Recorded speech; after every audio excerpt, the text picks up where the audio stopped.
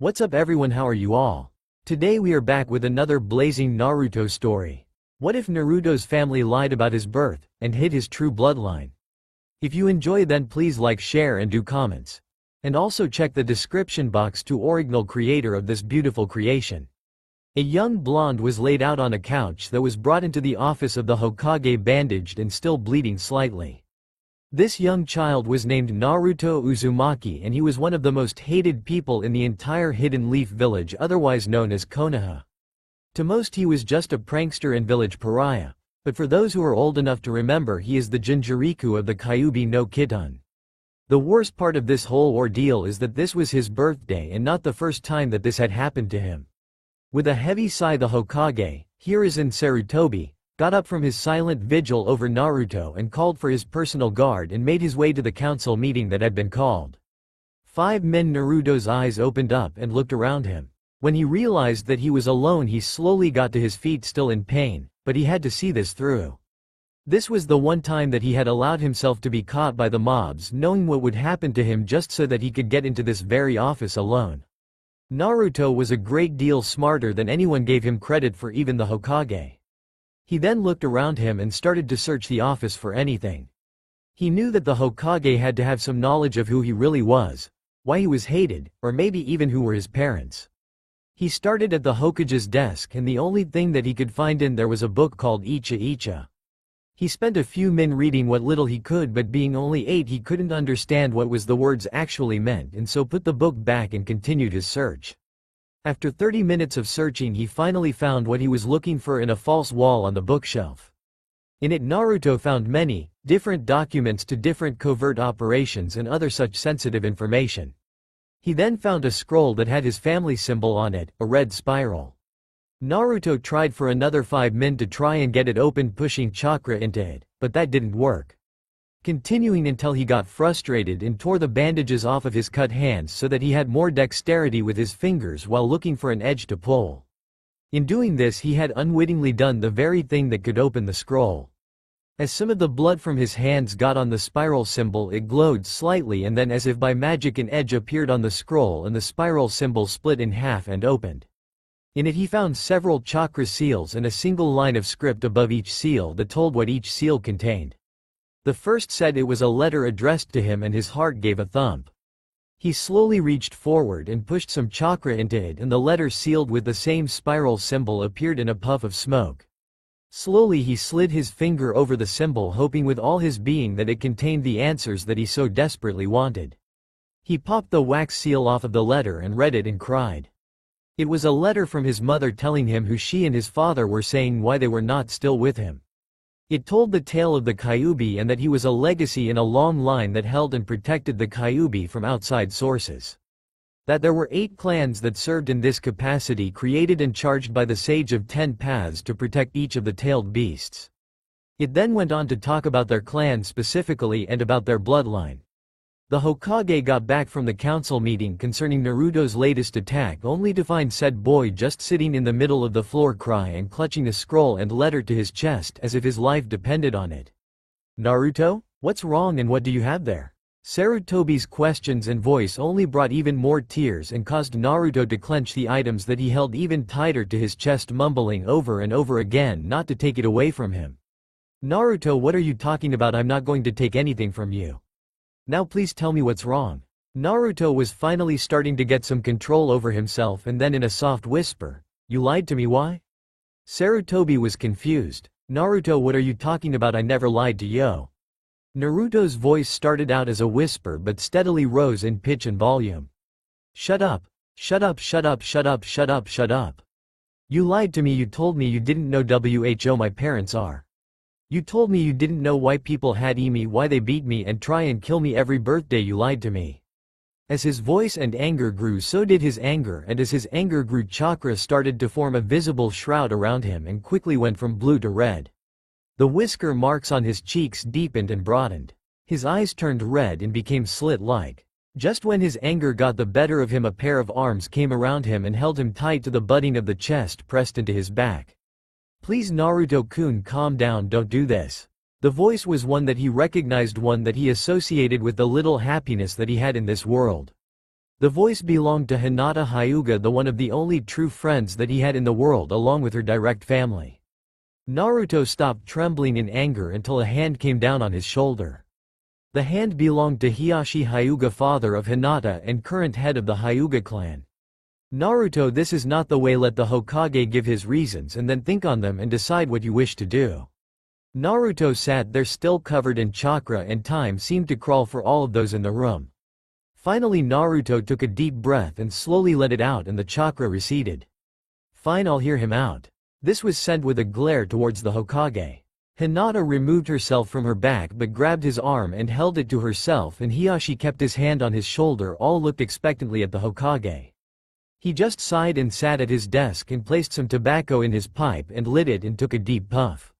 I did what I did, Naruto, because at the time we were so weakened that I knew that our enemies were at our throats. We were just starting to recover from the war, and the only thing that we had was the threat of the Yondaime Hokage. Minato, your father, and your mother were the only to keep the other villages from coming and wiping us off the map. Then the Kyuubi was released from your mother during your birth. I don't know how this happened, but I saw it appear and start a rampage in our village. Your father gave his life to seal the beast in you, and your mother died giving you life. Now I was placed in a dilemma what to do. Our ninja forces were decimated trying to hold off the Kyuubi, and we no longer had your mother and father to protect us, so I did the next best thing. I told the people that you were a Jinchuriku and that you had the Kyuubi sealed in you as a threat deterrent for the other villages. I never intended for you to become such a pariah. I had hoped that the people would see you for what you were and will be a protector of the village. Obviously I was wrong in that and have been trying to make up for that by sending my Anbu out to protect you. There was a long silence in which no one moved at all until finally Naruto broke the silence. I understand your reasonings, Hokage-sama, but I don't forgive you. I don't know if I ever could. I understand why you did what you did. I can even appreciate the position you were and are in. No, the thing that I can never forgive is hiding it from me. Not knowing if I was loved or if my parents loved me or just cast me aside like everyone said. I do not wish to have anything more to do with you on a personal level, Hokage-sama. I still wish to attend the academy and will be a ninja, but our relationship is now only a professional one. Have a good evening, Hokage-sama. With that he turned and left, walking out of the Hokage's office with the scroll still in his hand. Hinata, please go and ask Naruto to wait for me outside and stay with him. Hinata nodded and rushed out of the office to catch up with Naruto and make sure that he was really okay. Hokage-sama, I'm greatly disappointed in your decisions regarding. I am informing you that he will be staying with the Hyuga clan from this point forward. This is not a request and obviously we are not allowed to adopt him, but I figured that you should at least know where he will be. We will help him train and support him in anything that we can. It is the least I can do for my old teammate and friend. With that he turned on his heel and walked out of the office, leaving the Hokage looking even more haggard and old with a single tear in his eye as they all walked away. Naruto was storming out of the Hokage's office in a fury. He was actually so mad that he didn't even notice that people were giving him a wide berth as some of the Kyuubi features were starting to deepen. He was just reaching the gate that lead into the main downtown sections of Konoha. He heard his name being called. He turned to see Hinata running towards him, tears in her eyes. Naruto-kun, I am so sorry that you had to find out that information that way, she said as she pulled him into a gentle hug. Please wait here with me, my father has something he wishes to tell you. Naruto sighed, but nodded his head. They moved off to the side and sat there just looking up at the sky as it faded from dusk into night. Naruto felt Hinata lean her head against his shoulder and started humming to herself a song that her mother sang to her at night. You know, Naruto-kun, I don't care what you hold or anything like that. To me you are Naruto-kun and only Naruto-kun. You are the person who saved my mother and sister from death and my best friend. Thank you, Hinata-chan. I needed that, and this. You're my best friend too. Naruto, Hinata, come here please. I need to tell you something. I and the clan have been doing all that we can to try and adopt you into our home, Naruto. Unfortunately the civilian council is denying us on that. But I don't care anymore. I must admit that I had my suspicions on who your parents. I didn't tell you because I didn't want to give you any false hope that I was correct and then have that taken from you. You will be coming to live with us if you wish it, and we will help you in all that we can. Your birth and conception was kept a secret from all of us, including your father's beast friends and closest confidants. I was on the same team as your father, and while I'll admit we didn't start out as the closest people, by the time the war started we were almost inseparable as teammates and friends. So now I am offering you a home, a place to grow up healthy and safe." Naruto was stunned, absolutely stunned. A home. A place to grow up and not have to worry about getting mugged and beaten in the middle of the night to have food. There was no hesitation in his answer, and the decision was obvious. "I accept, Hiyashi-sama." That was 8 years ago, and in those 8 years Naruto had grown and matured into fine young adults and ninja. The scroll that Naruto had found contained information on his mother and her bloodline. Plasma releases a dangerous and destructive bloodline limit. It worked by combining 3 elemental affinities: fire, wind, and lightning. By combining these 3 elements you could produce an almost liquid life flame that coated and disintegrated one's opponent. That, coupled with the dual elemental release that Naruto had created called Hellfire, which was fire and wind combined before even releasing the jutsu, made him a devastating mid to long range type of ninja. Today was the final day of the academy, where they would be tested on all that they had learned, and then they would either be placed on a team or would be placed in an apprenticeship. That, however, was all dependent on if they passed or not. Hinata and Naruto approached the academy hand in hand and went through the gate and headed towards their group of friends. The group included Kiba Inuzuka, Shikamaru Nara, Choji Akamichi, and Ten Higurashi. There was one other who was a member of their group, but he chose to keep himself separate as he didn't want people to get any more wrong ideas about him than there already was. The last remaining member of the group was none other than Sasuke Uchiha. On the surface he was a cold and uncaring person who only wanted revenge for his clan and to kill his brother, and he probably would have if it wasn't for Hinata and Naruto.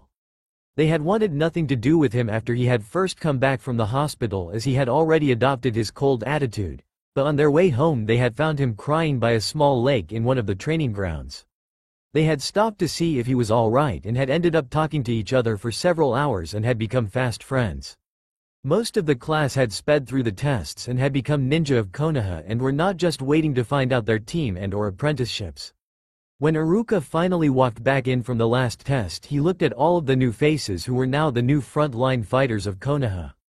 Most of the graduating class were from the clans of Konoha, but there were at least 2 civilians who had stood out, though the one not by much. He glanced down at the clipboard in his hands and cleared his throat to get their attention. "Well, for all of you who have graduated this day, congratulations. You now are carrying a tremendous legacy on your shoulders, a ninja of the Hidden Leaf Village. I will now tell you which teams you will be on." At this all of the former students' backs went straight in excitement. Team 7 will be Uchiha Sasuke, Haruno Sakura, and Sai. Team 8 will be Inuzuka Kiba, Aburame Shino, and Kaminari Hana. Team 9 is still in circulation. Team 10 is the new Ino Shik-Cho team. Finally we have Team 11, which will be Uzumaki Naruto, Hyuga Hinata, and Higurashi Ten. Most of the class had sped through the tests and had become ninja of Konoha and were not just waiting to find out their team and or apprenticeships. When Iruka finally walked back in from the last test, he looked at all of the new faces who were now the new front-line fighters of Konoha. Most of the graduating class were from the clans of Konoha, but there were at least 2 civilians who had stood out, though the one not by much. He glanced down at the clipboard in his hands and cleared his throat to get their attention. "Well, for all of you who have graduated this day, congratulations. You now are carrying a tremendous legacy on your shoulders, a ninja of the Hidden Leaf Village. I will now tell you which teams you will be on." At this all of the former students' backs went straight in excitement. Team 7 will be Uchiha Sasuke, Haruno Sakura, and Sai. Team 8 will be Inuzuka Kiba, Aburame Shino, and Kaminari Hana. Team 9 is still in circulation. Team 10 is the new Ino Shik-Cho team. Finally we have Team 11, which will be Uzumaki Naruto, Hyuga Hinata, and Higurashi Ten. As soon as Iruka had finished with calling names for the different teams, an object flew through the window, hitting a wall and then cracking open and spilling out a cloud of smoke, impairing all vision of the ball. Then 3 kunai knives came speeding out of the cloud right at Naruto, Hinata, and Ten. As soon as the knives left the cloud, the 3 young shinobi reacted to the threat accordingly. Ten and Hinata moved to reflect the kunai, while Naruto started a string of hand seals. Naruto finished his seals just as Hinata and Ten blocked the kunai and started to charge the smoke. Naruto out his Jutsu Gokuton. Akuma Hinotama. Hellfire release Demon's Fireball. By this point the rest of the students were starting to react to what had happened and stared to pull weapons and get into battle stances. It was too little too late, though, as Naruto's jutsu hit the ball location and Hinata's gentle fist technique launched a compressed ball of air blowing the wind away, and Ten had unleashed a veritable hailstorm of metal in the direction of where the ball had landed. Throughout this entire process Iruka sat there not sure if he wanted to face Paul or just sweat drop. "Anko, you're very early," Iruka said, heaving a great sigh, looking down at the woman who had dived out of the way and taken shelter behind him and his desk. "You three knock it off. I can't say that I'm going to miss this demolition crew of a team anytime soon, and I know that the school will appreciate not having to pay all that money for repairs from now on." This last part was said with a teasing quality to it. In all honesty, he was really going to miss this class. There were so many different personalities and people in this one. If he was pressed, he would have to say that this was his favorite class to date. Anko just peeked over the edge of the desk to check and see if the coast was clear, and when she saw the three kids who would be her team already picking up different weapons that Tenten had thrown at her so that she could then reseal them back into the many different scrolls and such that she kept on her person at all times, she decided that it was safe enough to come back out of hiding behind her Michi, Iruka. Well, that was quite the welcome now, wasn't it, you three brats? You know you could seriously hurt someone that way. Luckily I'm just too awesome to be caught by something like that. If that is true, then why did we nick you?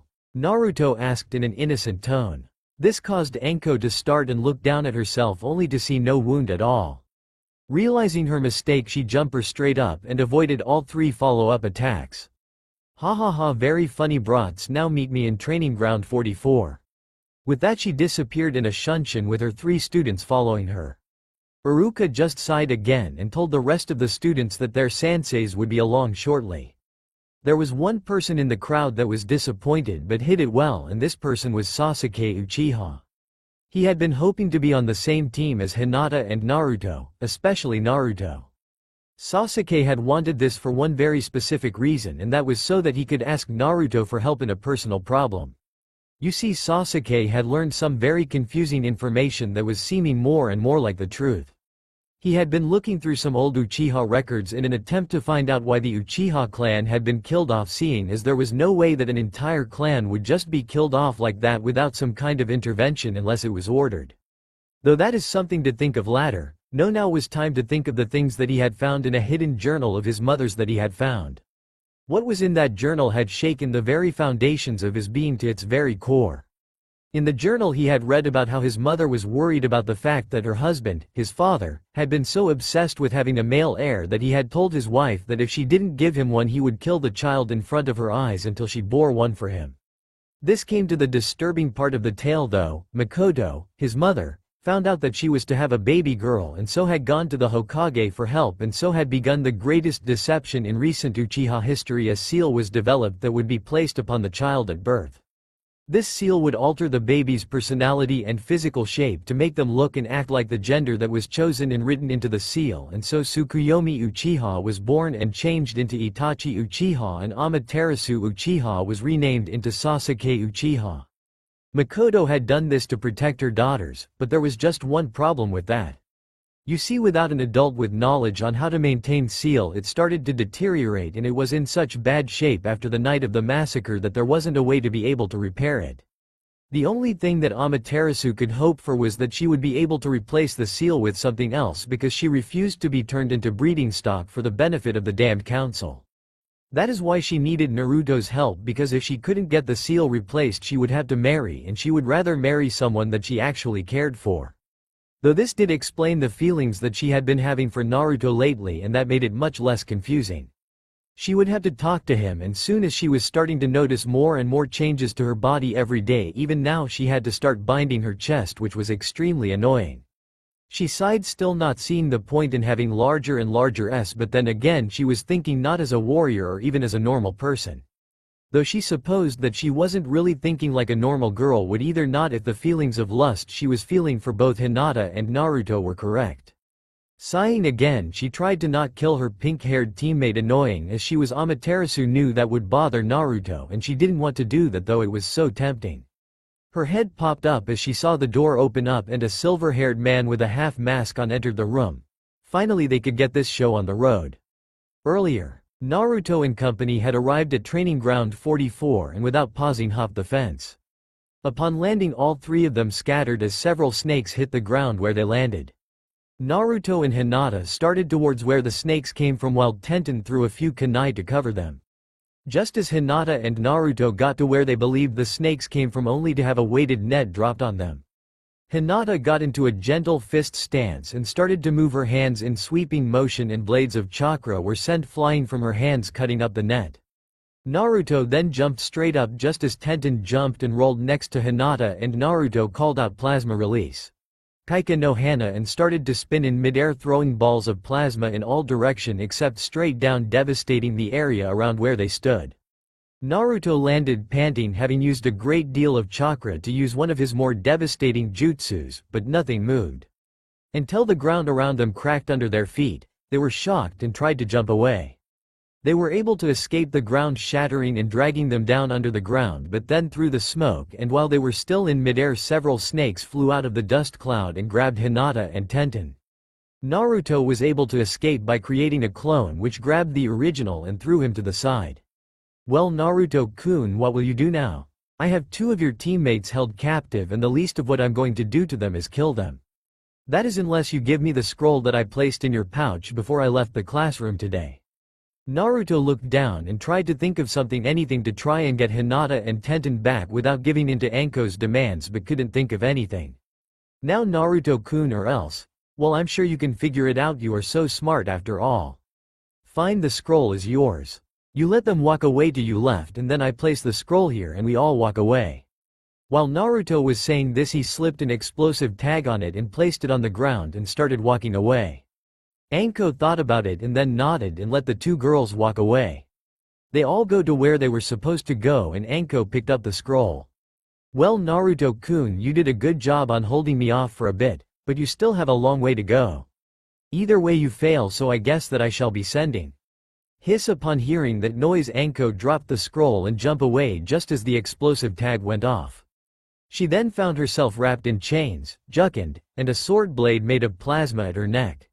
Well you little shit, she then smiled at them, you all pass, congrats. Causing all three of them to smile and start to laugh. Anko and her students, otherwise known as Team Snake, were in the Forest of Death training together on how to more effectively interact and work with each other on the battlefield. While each of them were very good and worked well together, as they were all friends, they sometimes had the tendency to fall over each other or get in each other's way as they were fighting.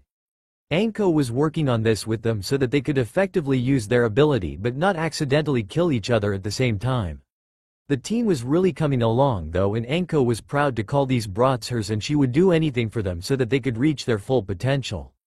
Just as the kids stopped from their latest exercise, the Anbu that the Hokage ordered to find them appeared in the middle of the clearing and had to immediately dodge 3 attacks. After moving away from the 3 attack and heaving a sigh, the Anbu turned to Anko. Anko, you and your team are to report to the main gate with all haste. An emergency deployment has been declared by Hokage-sama. Your team is to pack light for 2 days and you will be headed for Wave Country. You are to report to the Hokage Tower to receive any additional instructions or information pertaining to the mission. With his message delivered, the Anbu jumped straight up and then disappeared from sight. Anko's students turned to look at her. Well, you heard the man, get going, pack up and meet me at the gate. I'll give you a more in-depth briefing when we are headed to Wave. With the 3 affirmatives, the 3 students shot off in the directions of their homes and Anko made her way quickly to the Hokage Tower. Upon arriving at the Hokage Tower, Anko made her way to the Hokage's room where she assumed she would be getting her briefing. She arrived at his door and gave a courteous nod to the secretary who sat outside of his room in the tower. Anko reporting as ordered, sir. Ah, Anko-chan, thank you for coming. The mission that I am going to have you do is to have your team go and either extract Team 7 or support them depending upon the situation that is happening in Wave Country right now. If you think that it is going to be too dangerous for you team or Kakashi's, then I want both teams to pull back and I will send either an Anbu force or a team of Jonin. Do you understand the parameters of your mission? Yes, Hokage-sama. I do have one question for you though. Why did you choose my team? With a sigh, the Hokage lit his pipe and took a drag on it before answering. I am assuming that you already know about Naruto's parentage. So the simple answer is that we need him to be as strong as possible as quickly as possible.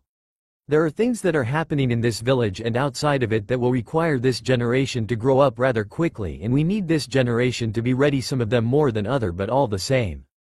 At his statement, Anko nodded at his reasoning and so turned and walked out of the office to head to her home and pack for the mission ahead of them. Team Snake had been making great time and had already passed the area where they assumed Team 7 had fought the Demon Brothers, as there were several weapons left there and scorch marks from what was probably fire jutsu. Upon seeing this, they knew that they couldn't be that far ahead of Team 7, seeing as they would have to be traveling at civilian speeds as they had the old bridge builder with them. They continued to speed through the trees until they came to edge of the forest, that the large river that separated Wave Country from Fire Country. They were also treated to the awe-inspiring sight of the half-completed bridge. It was truly impressive, massive in scale, and something that they three young shinobi had never seen before in real life. Team Snake then proceeded across the river, and upon arriving on the other side, both Hinata and Naruto cautioned their teammates to slow down as they realized that the fog that they were in was not a natural occurrence, but some type of technique. Anko acknowledged this and told them through sign to start forward again, but to be cautious. As they proceeded through the fog, they heard talking, and the three students of Anko's team recognized their classmates' voices. They started forward after having paused upon hearing voices, and then landed next to Team 7, causing said team to jump in surprise and pull weapons. "Well, if it isn't Sasuke Teme, how's it going? I heard you guys ran into a little trouble, so we were ordered to come and support you guys," Naruto said with a smirk on his face while needling his friend, semi-friend, Sasuke. "Well, I suppose if they had to send a team, I could do worse than yours, Naruto," Sasuke said with his own smirk. Naruto was going to respond when heard the sound of feet landing on a tree near them and the sound of something being thrown through the air. Everyone hit the deck incoming. The ninja, knowing how enhanced the blonde's sense were, all hit the deck, with Kakashi grabbing Tazuna and dragging him down with him. Just a large butcher's blade-like sword came flying through the air past them and then cutting just about halfway through a tree on the opposite side of the road. Hee, well, looks like I missed, but don't get used to that, as I never miss twice," said a man who had landed upon the hilt of the sword that was still stuck in the tree. "Well, isn't this a pleasant surprise?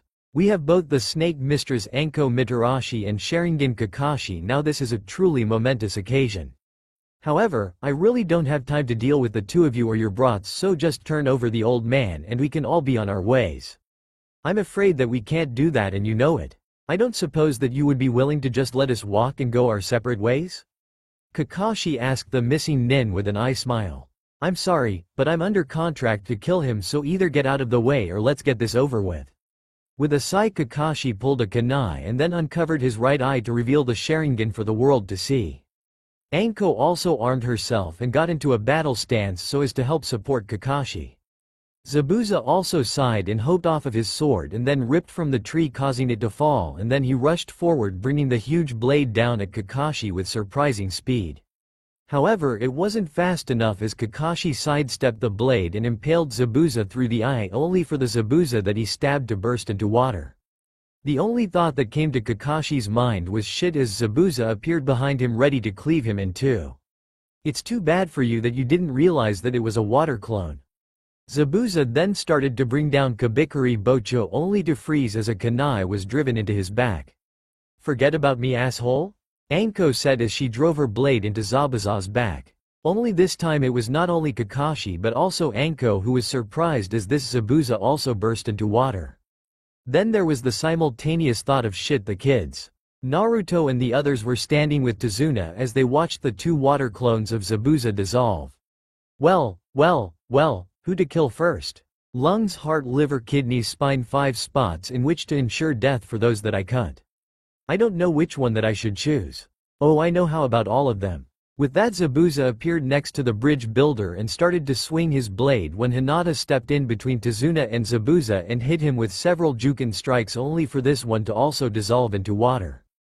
"Damn it, where the hell is this guy?" Sasuke yelled in frustration, only to freeze as a voice came from behind him. "I'm right here, boy. Everyone froze as Zabuza appeared out of the mist with his blade at Sasuke's throat, only to be forced to block a kunai and move away from Sasuke.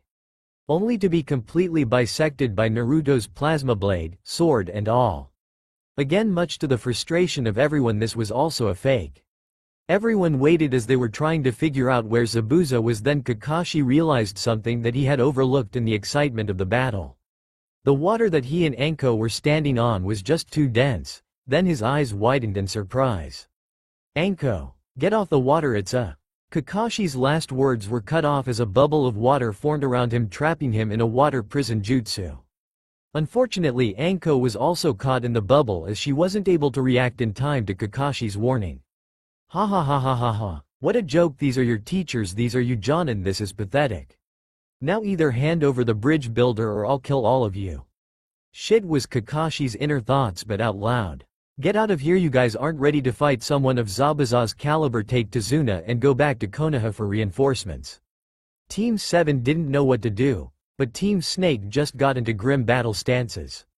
"I'm sorry Kakashi-san, but we can't do that. Even if we were to run, he would just catch up to us, especially if we had to carry Tazuna. It's better to make our stand here where he hasn't picked us all off, and with him having to hold you two there he probably can't use any jutsu. You think that just because I can't use both hands that I can't use jutsu? Ha ha ha ha ha ha ha, well allow me to disprove your assumptions." Zabuza then raised one hand and created 25 Mizu Bushin. The first thing that went through everyone's mind was, well fuck. Then the Zabuza clones charged ahead, prompting Naruto, Hinata, and Sasuke to move and engage the enemy. The three genin worked well together, but in the end, even if they were just Bushin, they were no match. Sasuke was sent flying from a kick in the gut and Hinata was almost cut in two, but here rotation was able to save her. Thought she was also sent flying back to the rest of the genin. This left only Naruto in the middle of the last 10 Zabuza clones. This caused Anko Tenten and Hinata a huge amount of anxiety, though Naruto just smirked. Naruto knew that their only chance was to release the two Jonin, and the only way to do that would be to get Tenten close enough to get a clear shot at Zabuza and the clone holding Anko Sensei. The only question was how to do it. None of them were quite good enough in taijutsu or even with weapons to take all of them down, and the only two major jutsu players on the field had jutsu that, for the most part, were too powerful. Then he thought of something at the last moment as the Zabuza clones were getting ready to kill him. Tenten used the throwing smoke. Tenten, hearing that, prepared two demon windmill Fuma shuriken and opened them as Naruto made hand signs for his Gokuton. Novu Ringu. Hellfire release. Nova Rain. With that, Naruto spun in a circle, launching flame in a circle and wiping out all of the clones and creating a huge amount of smoke, in the process obscuring all sight. The three Jonin watched and waited, looking for any sign as to what had happened, until all three heard the distinct sound of something cutting through the air.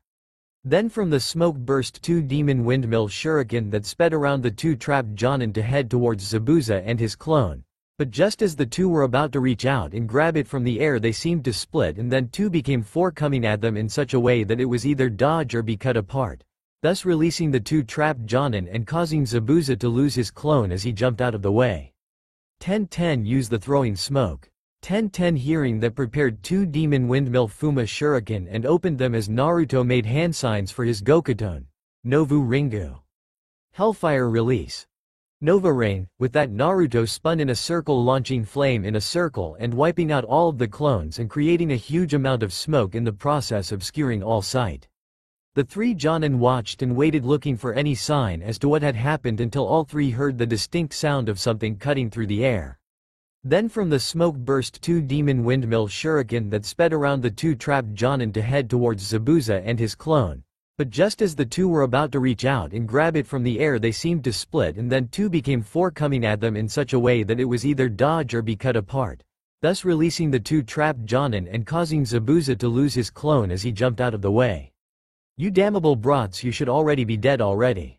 Fine, I'll just kill the lot you first, enough of this good guy crap." Zabuza prepared his sword but was then tripped by Anko and then drop-kicked away by Kakashi.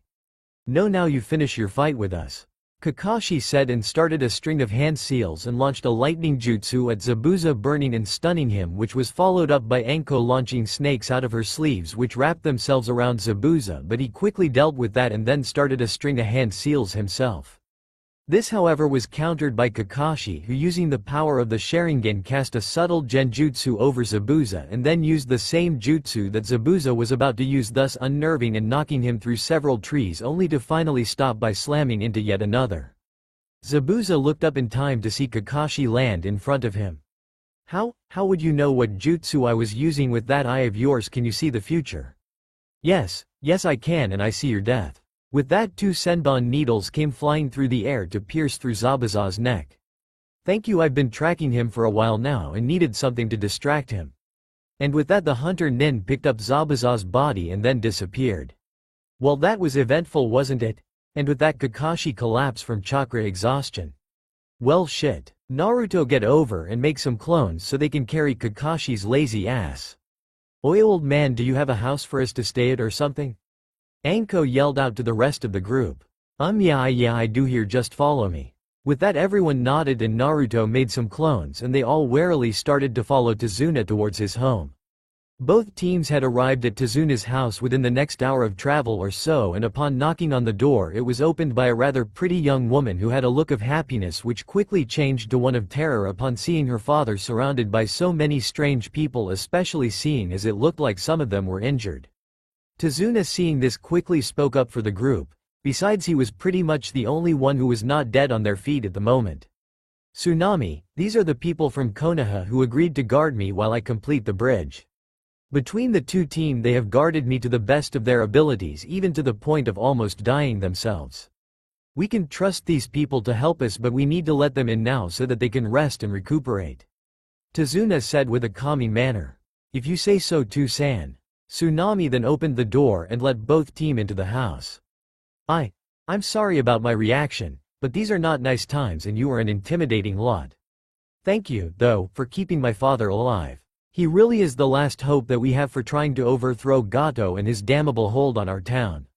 The still conscious members of both teams could only nod and then just collapsed in exhaustion to sleep for what was left of that day. The next day the two teams were awakened to the smells of food being cooked and it smelled delicious. They all gathered around to see Naruto and Tsunami in the kitchen talking and softly laughing with each other while they cooked. The scene was one that was probably very rare in Wave Country at the moment with what had been happening as of late in their country. The group watching were given away when one of their stomachs gave a loud growl at the smells coming from the kitchen. Oh, it seems that dead have awoken for food, Naruto said with a small chuckle. Well, don't just stand there all morning, come in and get a plate. The group at the door needed no other prompting and proceeded into the kitchen and got food and started eating. Complimenting the two on their cooking skills during this event, one small boy walked in and grabbed a plate and then walked out, not saying a word to anyone, with Tsunami calling out for him to eat with them. I'm sorry about him, but that is my son. He's been like that ever since his father died to defy Gato and his goons. Ever since that day he's been well more like a ghost than anything really. At her words many in the group of ninja looked on in sadness and a renewed determination to free this country from Gato. Well, if we are going to be doing any of that we will need to train you Genin up a bit more so that you can be safer and more effective against Zabuza and the rest of the ninja that we have encountered on this mission. So once you are done eating, Team 7 meet me out in the woods, and why don't we have Team Snake join us? I'm sure that a joint training session will not only get our morale up, but we may learn something valuable from each other. Nay. Neither team seemed to have a problem with this and quickly finished up eating their meals and after washing their dishes walked out to the woods that surrounded the house. Though before leaving Naruto created several clones, nor Anko summoned several types of snakes that were not only deadly, but native to the area so that they wouldn't draw suspicion. Upon arriving at a clearing in the woods, the teams stopped to start their training. Team Snake proceeded to go through their normal training routine. Team 7 on the other hand just seemed to stand around as if waiting for something. That something became apparent once Kakashi arrived and started his team on the tree climbing exercise. Team Snake were very surprised at seeing Team 7 not knowing the tree climbing exercise at all and were just stating on it. They watched them for several minutes and after seeing only Sakura complete the exercise did they walk up to them to offer some pointers. While Sakura and Sai seemed to have a problem with the members of Team Snake, Sasuke just looked at Naruto and then after failing yet again at getting up the tree asked him for help.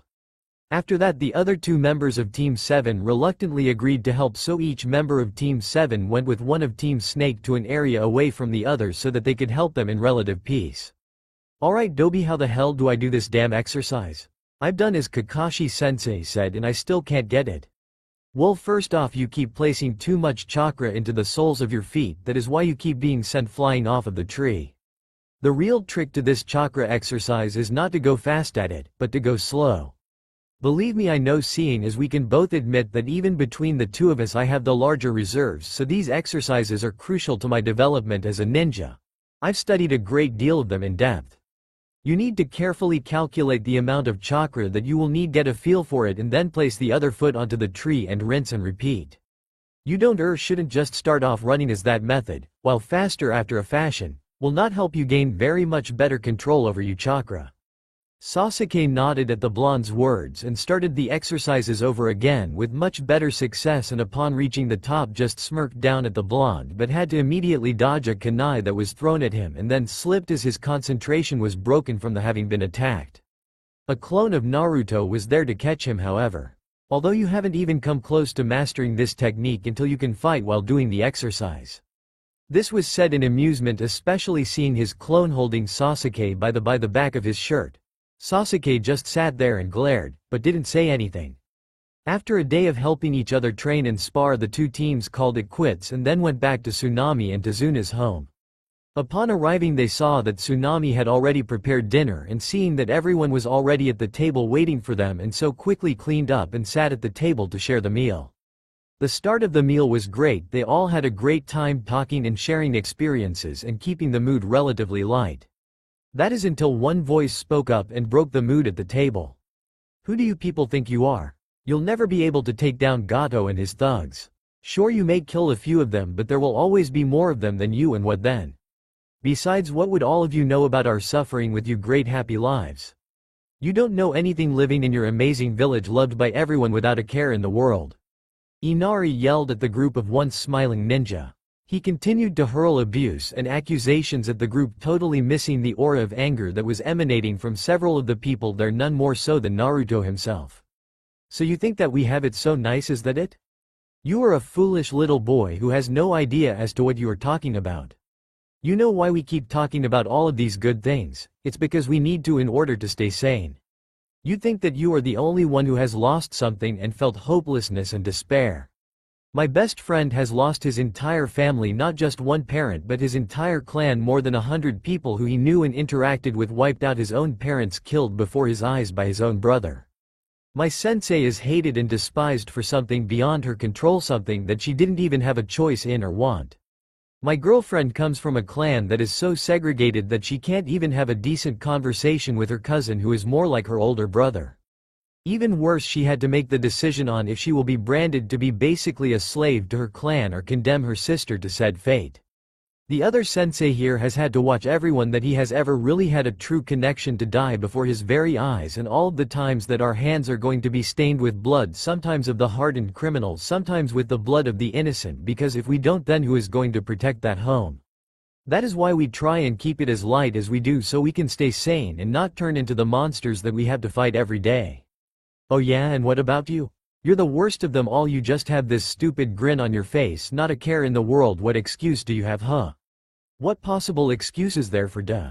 Inari's words were cut off as Naruto appeared in front of him, eyes glowing red instead of their normal blue, and just held him staring into each other's eyes. Naruto's conveying anger, pain, loneliness, hopelessness, and despair. What do I know of these things? I know more than I want to, and vastly more than I should at my age. I should just be learning these things, this pain and sadness and despair. We all should. However, we didn't have that luxury. I didn't have that luxury. So watch your words and think about what others may have had to deal with before you start to run your mouth off. Naruto dropped Inari to the floor and slowly turned to the group. I'm sorry, I shouldn't have shared such information with a client and strangers. Please forgive my impulsiveness. I will be in the woods to do some training. Also, please don't follow me. I will be training in mastering some of my more devastating justice and techniques, and I do not wish for any of you to be harmed. With that, Naruto walked out of the house without a backwards glance. Surely what Naruto-kun said couldn't possibly be true, especially what he insinuated about himself.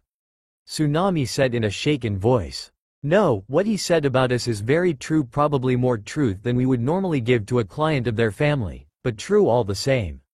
As far as what he said about himself, well, it wasn't precisely true. He sugar-coated it a lot really until he was 10. He has had more death threats and other various problems than some of our veteran ninja, and those were all internal threats at that. Kakashi said with a sad look in his eyes as he recalled his time in Anbu when he was assigned to be his guard, and how they all failed from time to time to get there in time to protect the blonde from harm. Surely what Naruto-kun said couldn't possibly be true, especially what he insinuated about himself. Tsunami said in a shaken voice. No, what he said about us is very true, probably more truth than we would normally give to a client of their family, but true all the same. As far as what he said about himself, well, it wasn't precisely true. He sugar-coated it a lot really until he was 10. He has had more death threats and other various problems than some of our veteran ninja, and those were all internal threats at that. Kakashi said with a sad look in his eyes as he recalled his time in Anbu when he was assigned to be his guard, and how they all failed from time to time to get there in time to protect the blonde from harm. Naruto was pissed. No, he was more than that, he was absolutely incensed. What did he know of suffering and pain and denial? He dared anyone to live a day in his life before he was unofficially adopted into the Hyuga family. Sure, it could have absolutely been worse, but still it wasn't all rainbows and unicorns either. That brat complaining about everything, giving up hope even though he still had family that was alive to fight for. Don't get him wrong, he wouldn't change anything about his life because then he might not have met Hinata and Tenten. He shuddered at that thought, at the possibility that he would lose two of his angels. The ones who pulled him from the little pit of rage and despair that he had been feeling himself falling into. He understood where the kid was coming from. He had lost the only father figure that he had known, and in an apparently very gruesome fashion, but still that did excuse his behavior, especially to his family. While many in the group thought that Inari was only referring to the ninja that had accompanied Inari's grandfather, but Naruto realized that he meant even his own grandfather and mother. He was angry at them because he felt that they still held out to much hope and belief that they would be free of Gato someday. No, that was the part that really burned him. Well, Naruto knew that he was much too angry to get any sleep that night, so he went on to start on his, currently, most devastating jutsus, and as a few bright blue flashes of light filled the night sky, the rest of the world slept, not knowing the carnage that was being unleashed upon the clearing where Naruto trained. The next morning, one person cautiously approached a much larger clearing than had previously been in the area, not to mention that the area was still much warmer than the surrounding area, which tipped the person walking up an idea as to who had been in there. Upon entering the clearing, the person saw what looked like something out of a fantasy novel or movie. Most of the trees and ground were completely barren of all life, and the little bit of sand that was in the area had turned to glass that seemed to glow with a life of its own, as some of the plasma that had created it was trapped inside of it. The entire clearing was like that except for a section where the boy who had caused this destruction lay asleep. Lucky for the person coming to the clearing, the place that had been spared was an area where some medicinal herbs grew. The person was a teenage girl wearing a light blue kimono with snowflake designs across it.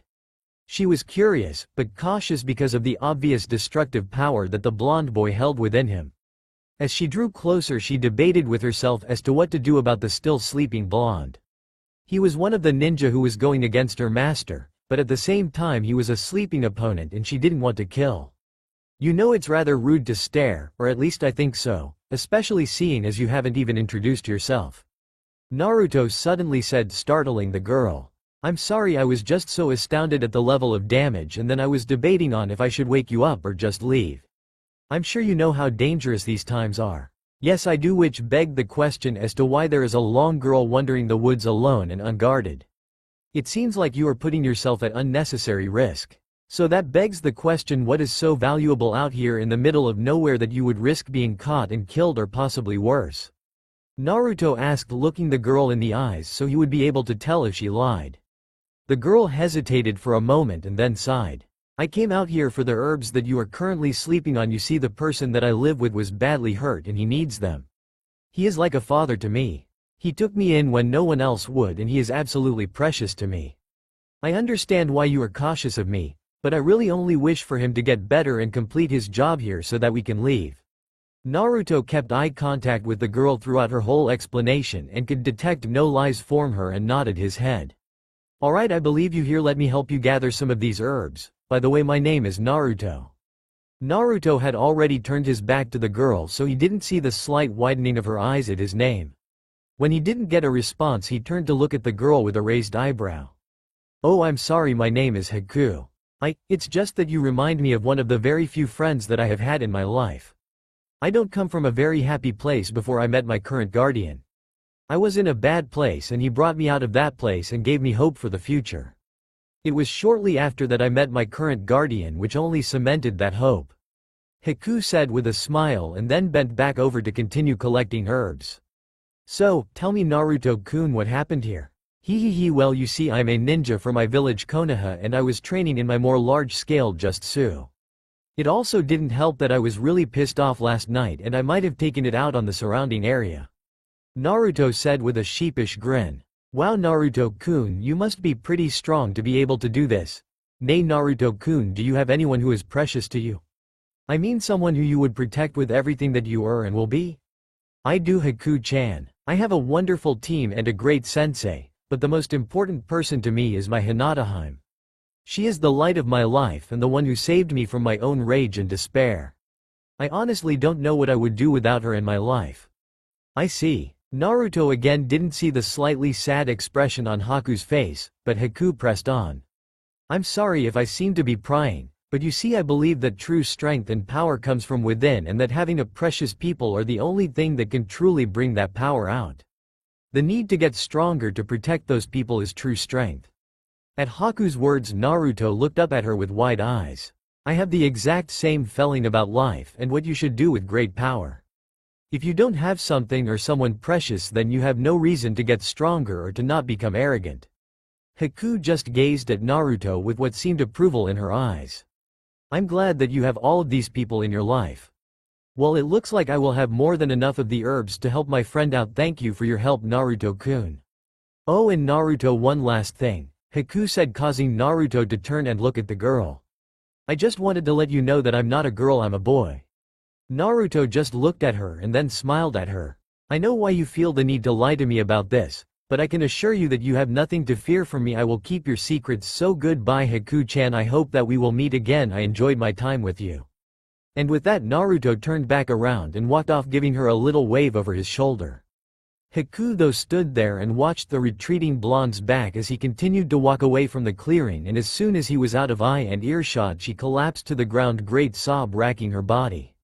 When she had first seen him, he had been fighting and it had been hard to get a clear view of the blonde, but now that she had been this close to him, there was no mistake as to realizing that the blonde here, now the one that was currently fighting her master, was the same blonde that had saved her from her own depression.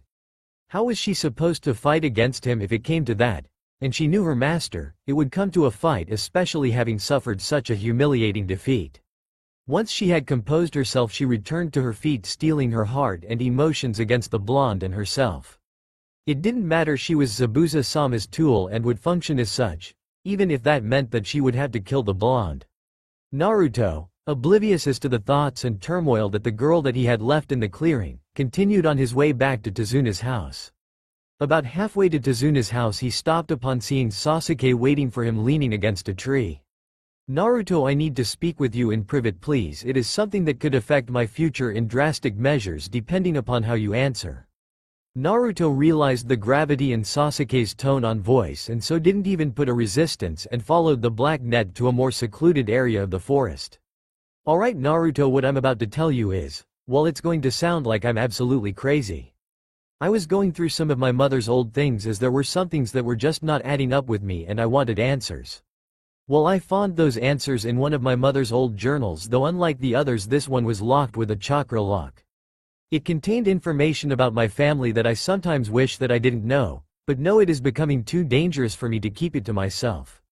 You see, my mother was threatened by my father with the death of her children if she dared birth him daughters. So as to save her children, she along with some woman named Kushina developed a seal that would not only place a layered genjutsu over the subject, but would also cause a physical transformation, turning a woman into a man. These seals were placed upon my brother and myself at birth." Throughout Sasuke's explanation, Naruto's eye got wider and wider. "Sasuke, you can't mean what I think you mean. It would be impossible, the seal would have failed already." At Naruto's words, Sasuke just slowly pulled his shirt up, revealing his now her still growing C-cup, causing Naruto's mouth to hit the forest flood. Well, there's something you don't see every day. Damn, they're big, almost as big as Hinata's. Naruto said absent-mindedly. So what can I do for you? I'm not a seal master, and the only one that I know of is Jiraiya-sama, and only Kami knows where he is currently. Well, you see, the thing is that as a boy, restarting a clan is a great thing. You can have multiple women and you are treated like a prince, as it would be more advantageous to have a male member, as they could get multiple people pregnant. To be the last female of a clan is vastly different. You see, if you don't have a husband or a potential husband lined up, then you are basically sold off to the highest bidder and then are condemned to be breeding stock for the rest of your life, or at least until a male is born and then raised however the father wishes. So I guess that the thing that I am asking is, would you save me from that fate and consent to being my husband? Well, honestly, I don't know what to say to that. You are my best friend and I will do whatever I can for you, Sasuke, but I don't think that I could do that to Hinata. Why don't we talk this over with her and see if we can get to another solution, or if this is really the only way, then I will do it. I won't let them do that to you. I applaud your courage. I can't imagine how hard that must have been for you. Also, I want you to know that your secret is safe with me for as long as you need it. Sasuke blushed at Naruto's compliment and only nodded her head. Thank you, and my name is Amaterasu. My mother named me after the sun goddess because, as she put it, I was her little ray of sunshine. I really didn't want to bring this up as it is kinda embarrassing, but I wouldn't mind sharing you with Hinata-chan, as I think I'm starting to have stronger feelings for the both of you. At her words, Naruto's mind shut down from overload at the things that brought to mind. Also, Amaterasu's only thought was seeing the front of Naruto's pants tent and thinking about how big he seemed. The rest of the week continued like normal, or what passed for normal, with a ninja team in the mix for the two team. This was basically having one team get up and guard Tazuna while he went to work on the bridge, and the other team would train and work on different exercises. On the last day of the week, the bridge was almost completed, and so both teams decided to just go to the bridge together, but they couldn't find Naruto anywhere. The team waited for an extra 30 minutes, but when the blonde shinobi didn't come back to the house, they decided that he must have fallen asleep somewhere after training, and so decided to go on ahead after leaving a note. Upon arriving at the bridge, they saw that it really foggy on the bridge, and they saw that all of the people who would normally work on the bridge were knocked out cold. The two teams were cautious and immediately took defensive positions upon hearing the voice of Zabuza come from the fog. Hehehehehehe. Well, if it isn't my favorite Konoha shinobi. Where is the blonde bastard? I still have a bone to pick with him after last time. Zabuza, I believe that you have a little more to worry about than one genin this time. You caught the two of us off guard last time, you won't again. Oh well, it doesn't really matter, I'll just kill you too, while my tool here will take care of the rest of your little genin. She is more than a match for them. With that, Zabuza created several water clones that immediately moved to attack, only for them to all burst apart, showering the group with water. Once the impromptu shower abated, it showed two people in the middle of what used to be the Zabuza clones. These two people were Hinata and Amaterasu, both with grim but determined looks on their faces. Well, looks like you might have some competition in the speed department, Haku. No matter, dispose of the genin and kill the old man, I'll take the two jonin. And with that statement, the battle was on. Zabuza disappeared in a swirl of mist as the two jonin jumped at him, and then proceeded to cautiously move forward into the mist, leaving the genin and the now named Haku. Where's your last companion? Haku then asked the group as she clenched something under her cloths. What does it matter to you? Besides, the two of us will be more than enough for you. Amaterasu said confidently. Tensai, back us up if you see us get into trouble, but you two and Sakura are the last line of defense for the client, and he is your first priority, so if the situation looks like more than we can all handle, then go find Naruto and get the client out of here. I wish that we didn't have to do this, but as Zabuza-sama's tool I will do as I must. Haku made the first move by creating a number of water needles, and with a tap of her foot sent them flying at Hinata and Amaterasu. Hinata stepped forward to meet the attack, and assuming a standard gentle fist stance started to block the needles. Amaterasu then jumped over Hinata's head, already completing the hand seals for her current signature jutsu and sending a large fireball at Haku. Haku's eyes widened slightly at the size of the fireball, but she instinctively started the seals for the water encampment jutsu and got it up barely in the nick of time, creating a large steam cloud which she used to her advantage to go through several hand seals and then placing her hands on the ground which started to freeze. Hinata and Amaterasu were waiting, but on guard as they couldn't see their opponent through the steam cloud, and unfortunately with Zabuza's chakra-laden hidden mist jutsu still in the air, Hinata's Byakugan was all but useless. Suddenly it appeared as if the mist was condensing and then it seemed to flash freeze into spikes which started to travel towards the duo. The two jumped to the sides to avoid the attack, both looking stunned at the ice. They both looked toward the origin of the jutsu to see Haku with her hands on the ground. This was interesting and fun and the two of you make a great team, but I'm sorry that I must end this now rather than give the two of you an opportunity to get lucky. Haku then quickly went through some one-handed seals which formed a dome around Hinata and Amaterasu made of what looked like mirrors which looked like they were created of ice. You two look confused. You see, like you two and your blonde teammate, I too have a Kekkei Genkai which allows me to combine my affinities for water and wind chakra to create ice. This is my ultimate jutsu and my finisher. No one, not even Zabuza-sama, has been able to escape this jutsu. Again, I'm sorry that it had to turn out this way. Maybe in a different time and a different place we all would have gotten along and been friends. All of this was said as Haku walked up to one of the mirrors, all the while clutching something over her heart but still under her clothing. As she got closer to the mirror dome, it seemed an outer dome of wind appeared around it to prevent escape, and then Haku seemed to melt into one of the mirrors and then vanished only to appear in all of the mirrors. There was a moment of stillness with the only sound being the wind that comprised the outer layer of the dome, and then all hell broke loose inside and the only thing that they two girls could do was scream. He looks like Haku has finally gotten serious. Well, I hope you showed your brats that you loved them cause they're dead now. That dome of mirrors is a part of Haku's Kekkei Genkai. I've taught that girl for most of her life and every time that she has used it against me I have lost. Well, it doesn't matter, judging by those screams I would say at least two of your brats are dead. So, let's finish this so that I can send you to the same hell as your students. Flinging his sword at Kakashi, which caused him to dodge out of the way, while Zabuza then went through some hand seals and slammed his hands into the ground, which caused a pointed pillar of water to appear under Anko, forcing her to also dodge. By the time the two had landed and recovered, Zabuza had used two water shunshin in rapid succession to not only grab his sword from midair, but to also appear behind the two Jonin, forcing them to duck and roll away or else be cut in two. Zabuza then disappeared back into the mist, laughing maniacally. Kakashi, can you get him to stay still with that jutsu? Yeah, I can, if you can buy me a little time to not only set it up, but also to find him. I can probably get you 5 minutes, maybe a little more. With that, the two of them nodded to each other and started their plan. Earlier with Naruto. Naruto had just woken up, having gone back into the woods to the clearing where he had met the girl from several days ago, but she never came back, or at least if she had, they had missed each other. Regardless, Naruto knew that he should get a move on so that he could meet up with his team, so stretching he jumped away towards Tazuna's and Tsunami's home. As he was nearing the home, Naruto heard some laughter, but not of the very nice variety, and so decided to sneak up so as to get the drop on whomever was going after the home. Ha ha ha ha ha ha ha, well, if it isn't the bitch who we had some fun with when we first got her, you've gotten even prettier. Who would have thought that we would get a second shot at you, and maybe we can give you another brat to go along with our first one. Hey, who do you think it was that actually knocked her up, huh?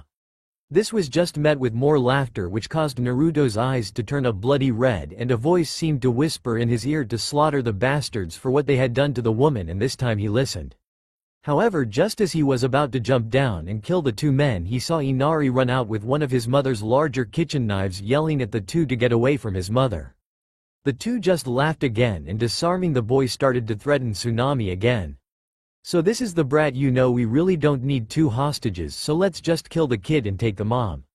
That is, unless mommy dearest here can do something to convince us to keep the brat alive. So what do you say, mommy? Want to give us a good time to save your kid? I'm sorry, but I'm going to have to interrupt you two, gentlemen. This was ended by a very sinister laugh. What the fuck, who's there? Come out now or we kill them both. Oh, I don't think that you will, seeing as they are the only things keeping you alive right now. Now I know that this is a difficult concept, seeing as you both are rather dim and the only thing that you appear to be able to do is kill and follow orders, but let's try some self-preservation, shall we?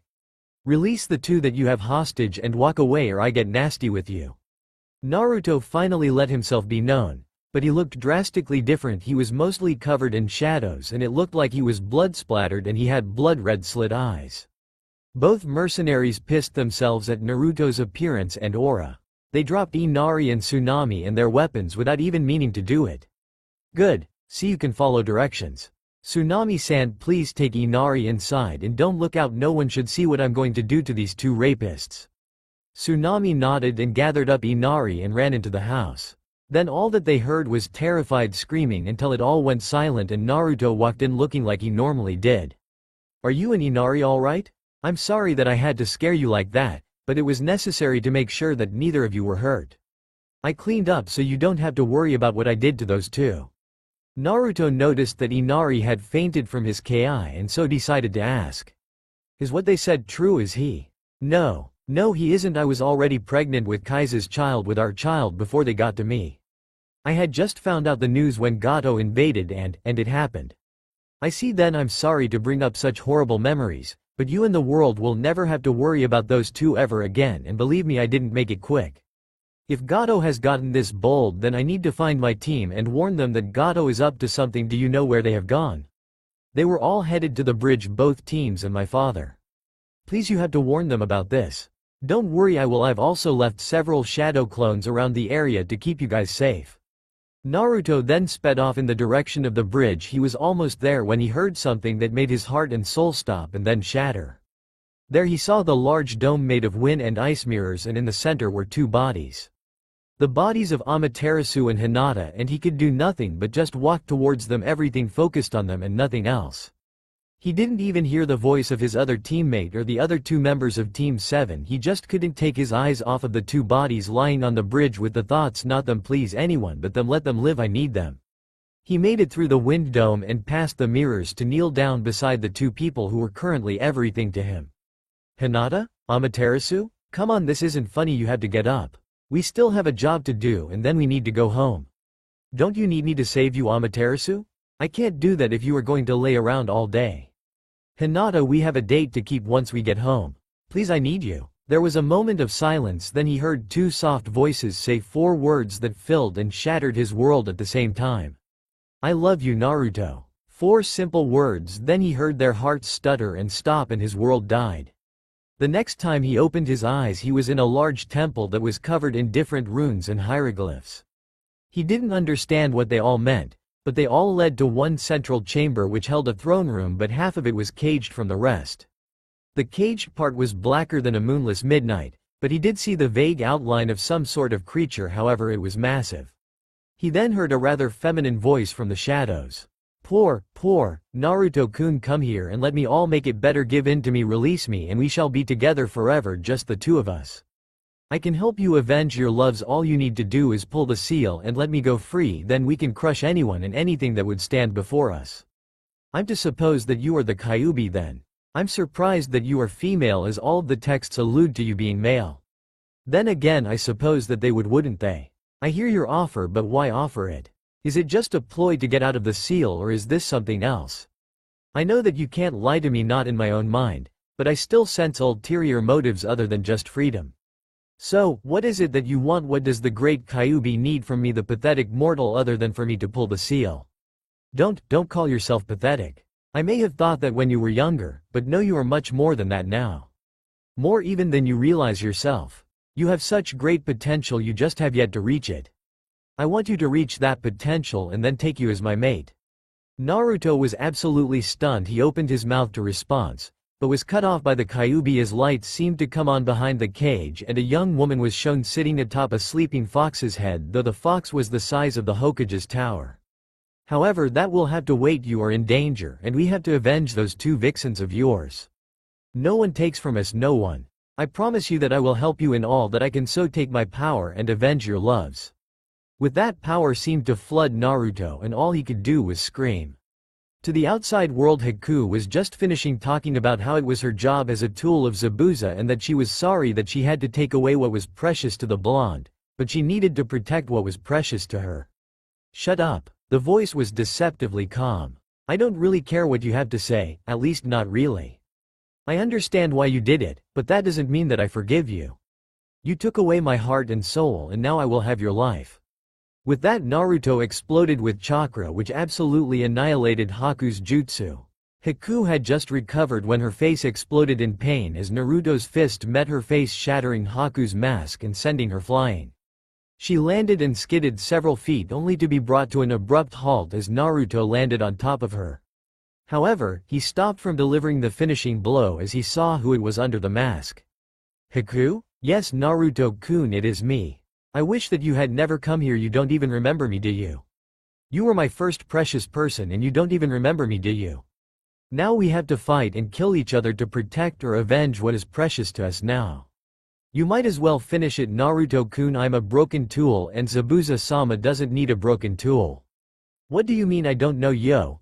How do you have that I gave it to?"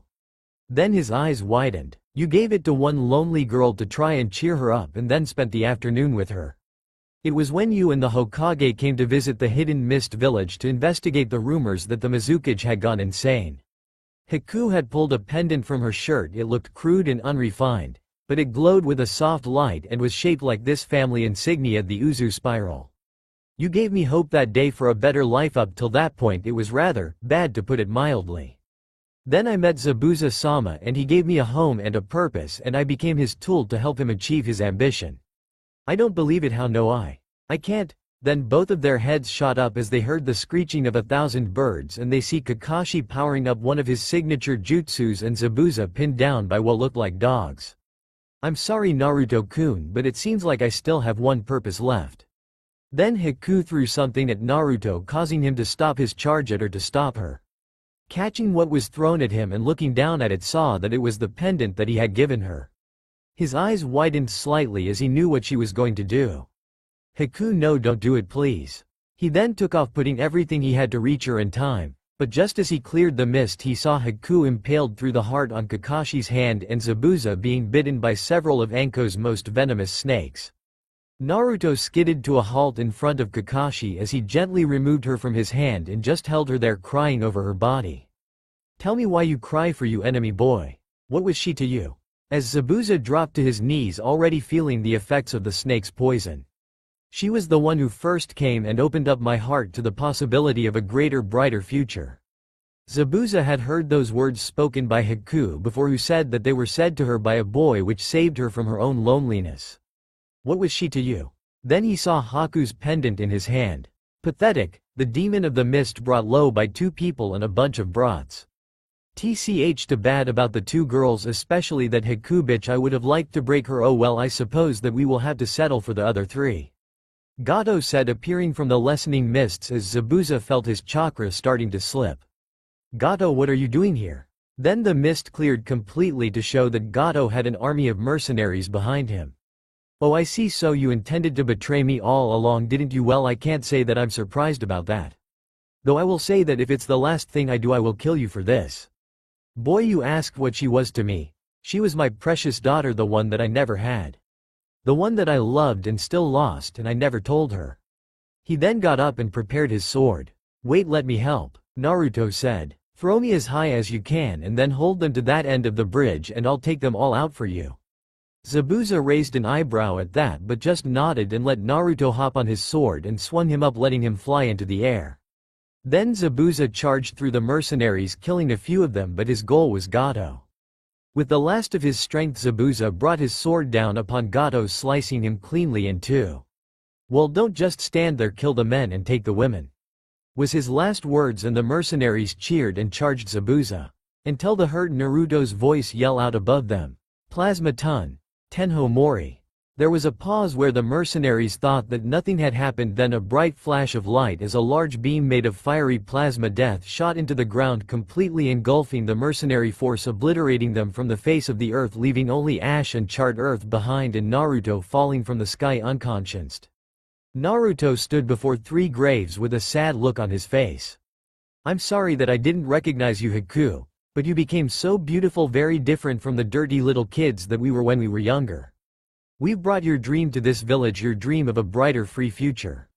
They wanted to name the bridge after me, but I think that I gave them a better name. I hope that you don't mind." I'm having them name the bridge Haku's Hope, and they are hanging a plaque with your pendant and the words of your dream."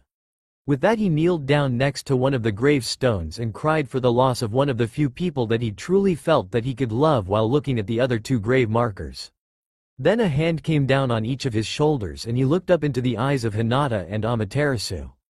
"I don't think that she would want you to be sad. She got to meet you one last time and died protecting her, one of her precious people. Instead, think of the happy times that she must have had and live on with her memory and never let people forget her." Naruto just smiled and nodded, and then the three of them turned to head back to Konoha. It had been several months since the events in Wave and many things had changed since that time. The biggest events for Naruto was that his teammate Tenten had confessed to him that she was starting to develop some feelings for him as well.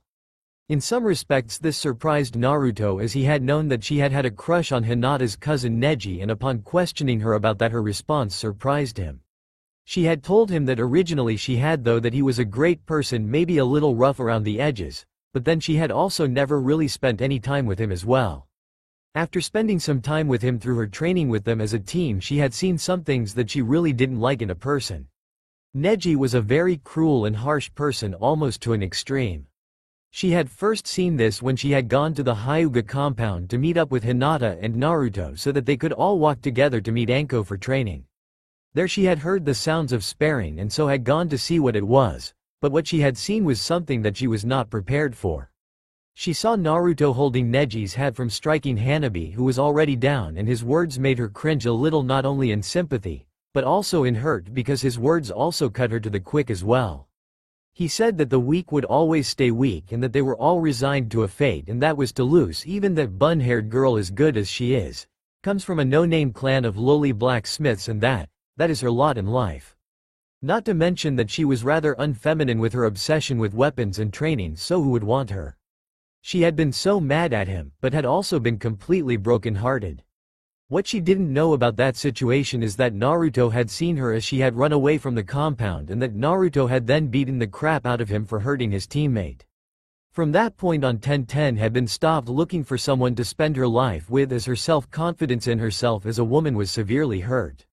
But as she trained more and more with Hinata and Naruto, she began to see the kind and loving person that Naruto was, and could feel her bruised heart slowly start to open up again and begin to feel possibilities. What finally made her confess was that she had been seeing Hinata and Amaterasu almost die, and realizing just how short their lives had a possibility of being, and so had screwed up her courage and confessed to Naruto. Naruto had sat and listened to her reasons for liking him, and then had told her that they would need to talk to Hinata and Amaterasu, seeing as he was already in a relationship with them. He did want her to know that she was a beautiful young woman, and that no matter what happened, to not give up hope, as anyone would be lucky to have her as their partner in life. So the two had then gone to find Hinata and Amaterasu and discuss this newest situation. They found them at the Uchiha compound talking strategy for Amaterasu's situation, as every day it was becoming more and more apparent that she was not a boy, and it was getting harder and harder to hide that fact. "Oh, Naruto-kun," the two girls had exclaimed, seeing Naruto walk in through the front door. "You're here early. Did Tenten kick your ass already?" Hinata then said, teasing her boyfriend. "Not really, we did some training and then she had something to tell me, and I thought that both of you should hear it as well, so I brought her over." That was when Tenten made her presence known by also stepping through the door. Tenten was nervous after seeing the surprise and curious faces of Naruto's girlfriends, but screwed up her courage. If she was going to be in a relationship with Naruto and these other two, she refused to be seen as the weaker party in the relationship in any respect. "As you both know, I used to have a crush on your Neji, but something's had come to my attention as to the way he sees me and to the cruelty that he still harbors in his heart. I only wanted to see the good in him and thought that maybe I could change him, but obviously that is not going to happen. I don't know when it started, but I have developed feelings for Naruto, and I would like to be in this relationship that you three have going here." The other two girls just looked at each other, turned their backs to the two of them, and had a quick discussion, and then turned back around. "We only have one question for you. How do you feel about playing with us as well, or are you just interested in Naruto-kun?"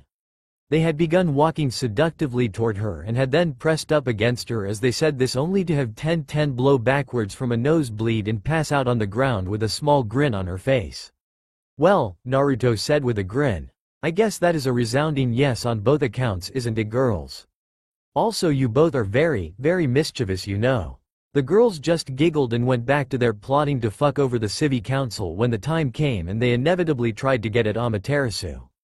Another large thing that was coming up was that the Chunin exams were coming up and Anko was going to have her team participate in the upcoming exams. They had also met some interesting people who were going to be participating in the exams this year, as well as several other Jinchuriku that Naruto and his team had met. The first had been the one-tailed raccoon Shukaku and his container Gaara no Sabaku. To be more precise, they had met his brother and sister first, when an academy student, who they would later learn was the grandson of the Hokage, had rounded a corner and run into Kankuro, or the older brother of Gaara. Kankuro was annoyed by this and so was going to pound the boy into the ground, but Naruto and his team interceded. Now Suna Nin, is this really the impression that you wish to imply, especially in an allied village no less?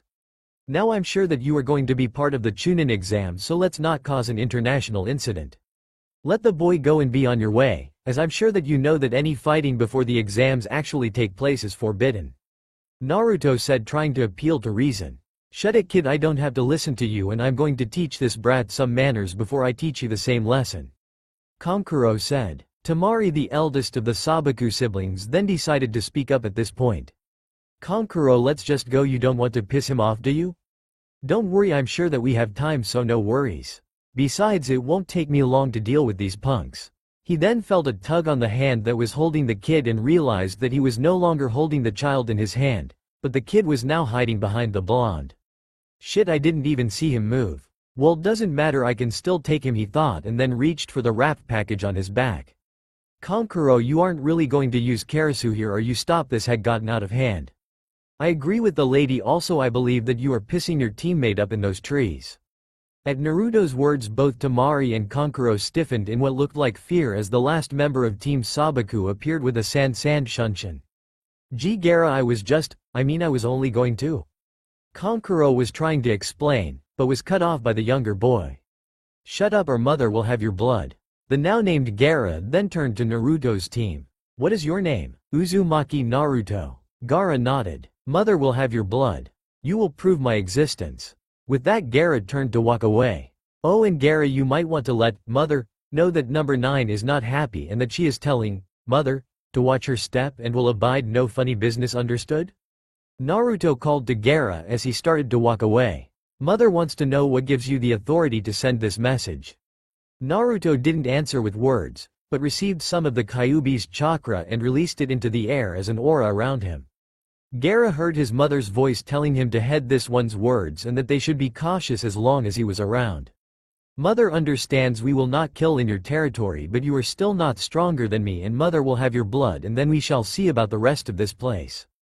Then the three left. Meeting the other 3 Jinchuriku was not nearly as eventful.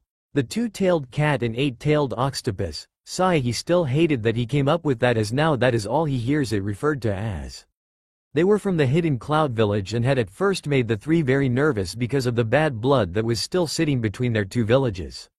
Though they were assured by both Ni Yugito and Killer Bee, whose brother was now the Raikage, that they were going to focus on internal strengths and attract bloodline clans that way, and had just come to meet Mr. 9 and his foxy tenant. The last Jinchuriku was an exuberant girl from the hidden waterfall village named Fu, who liked to talk in the third person and was the holder of the 7-tailed winged beetle. Speaking of the Kyuubi, though, that was the thing that surprised him the most during the month. Not only had he told his 3 girlfriends about it, but it seemed to be much more amicable than all of the stories make it out to be. You see, after the first meeting on the bridge, the Kyuubi had started talking to him and calling him into his mind to have fun and spend time together. When he questioned her on why she was being so chatty now and wasn't before, her answer surprised him. She said that it was because of him. You see, she was sealed the least of her brothers and sisters because she could take on a human form, and as the strongest of the Biju, she only associated herself with the most powerful beings. His mother and her clan had proven time and again that they were one of the most powerful clans in existence, but they still proved it, and until recently he had not proven that he was worthy of that title and legacy. She then started to tell him stories about his mother and family on his mother's side. The thing that surprised him the most was that he realized he was starting to develop feelings for her. When he discussed this with his 3 girlfriends, they seemed to be on board with it, which surprised the hell out of him, But then again he had accepted long ago that he would never really understand women no matter how much he tried and just decided to accept his blessings and go with what he could do. This then brought about his now training in Fuinjutsu as well as the rest of his training. All in all, it ended up being a very busy week. This now brings us to where we are now, which is Naruto fighting a giant snake and worrying about his teammates and Amaterasu's team. They were all in the second half of the Chunin exams in the training grounds known as the Forest of Death. They were on their way to the tower, having gotten lucky and finding a team from the KUSA village that had the scroll that they needed.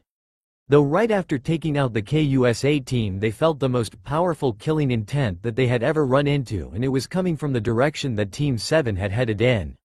They all looked at each other and decided that they needed to at least check on them. When they had arrived they saw Sakura and Sai out cold and a man pinning Amaterasu to a tree looking like he was about to possibly lick or bite her neck. Seeing this made Naruto see red and so jumped from where he was hiding with a blade made of plasma appearing from his wrist, trying to split the offending nin in half. However, this didn't work out as well as the nin dodged and then sent Naruto flying into the trunk of one of the trees that made up this clearing in the trees. Kukakuku, so the Kyuubi Jinchuriku finally appears. Well, this should be fun. As far as I know your team has been doing exceptionally well. So why don't you all come out and fight me? If you can scratch me then I'll leave, otherwise I'll be taking Amaterasu with me and we'll finish what we started. Hinata and Tenten then jumped down next to Naruto and made sure that he was okay, and then all three of them got into battle-ready stances. Each of them had improved with Amaterasu, Hinata, Tenten and Naruto training all the time together and improving each other's skills and techniques. Though this person seems so much more powerful than any genin, even than most Chunins. Though they weren't going to leave their friend and lover to the hands of this person, so with grim expressions they charged forward into the jaws of hell. Hinata took the lead and went first with Naruto following behind, though this time with claws made of plasma rather than his customary wrist blades. Also, I don't know if I ever explained, but his wrist blades are more like the Protoss Zealot than Assassin's Creed style. Tenten stood in the back and tried to distract the KUSA nin by throwing kunai and other weapons at him while the other two waved through the barrage. The KUSA nin just dodged back and forth waiting for the charge from Hinata, preparing to knock her hands away so as to not be affected by the Hyuga Juken techniques, as well as dodge Naruto's claws. However, this didn't work out exactly as he wanted it to, as at the last minute Naruto sped ahead of Hinata, forcing him to jump over Naruto, who tried to take out his opponent's legs, and right into Hinata's grasps. This would have worked on any less experienced opponent, but the KUSA nin just then shot out his hand faster than Hinata could move to intercept and used Hinata as a platform and bounced off her head and landed close to Tenten, who before she could blink was thrown at Hinata and Naruto. Hinata was forced to stop her charge at the KUSA nin so as to catch Tenten, but Naruto continued his and was promptly sent flying as the KUSA nin went through hand seals faster than he thought was possible. Futon. Daitopa, wind release, great breakthrough, which sent a large gust of wind right at Naruto, who was unable to react in time and was sent flying backwards through the trees. The last thing he heard was three voices calling out his name. By the time that he was able to recover, he was a pretty good distance away from the others and he knew that he needed to get back to them as soon as possible. That was when he was attacked by a giant snake. He was forced to dodge the attack and several others like it. Alright, you are getting annoying, so no more Mr. Nice Guy. Keshouden. Keshou Nagale, plasma release, plasma stream. This sent a roaring current of plasma straight at the snake's head, which hit it in the face and then melted said face right off. The thing that shocked Naruto was the fact that rather than there being a large snake carcass sitting on the forest floor, it just went poof and went up in smoke, signifying that it wasn't a natural snake to the forest, but a summoned animal, and having one of the only snake summonses as your sensei pretty much limited the knowledge on who they were then fighting to Orochimaru. This caused Naruto even more anxiety, as that meant that Hinata, Tenten, and Amaterasu were left alone with one of the morally devoid and foul persons in the world. He sprinted off as fast as he could, only to find Hinata on one of the larger branches with Orochimaru standing over her with a foot on her back and Amaterasu by the neck in front of him with her shirt ripped open and Orochimaru's fangs in her chest. Tenten was pinned to another tree by her own weapons, though luckily they were just through her clothing and not her.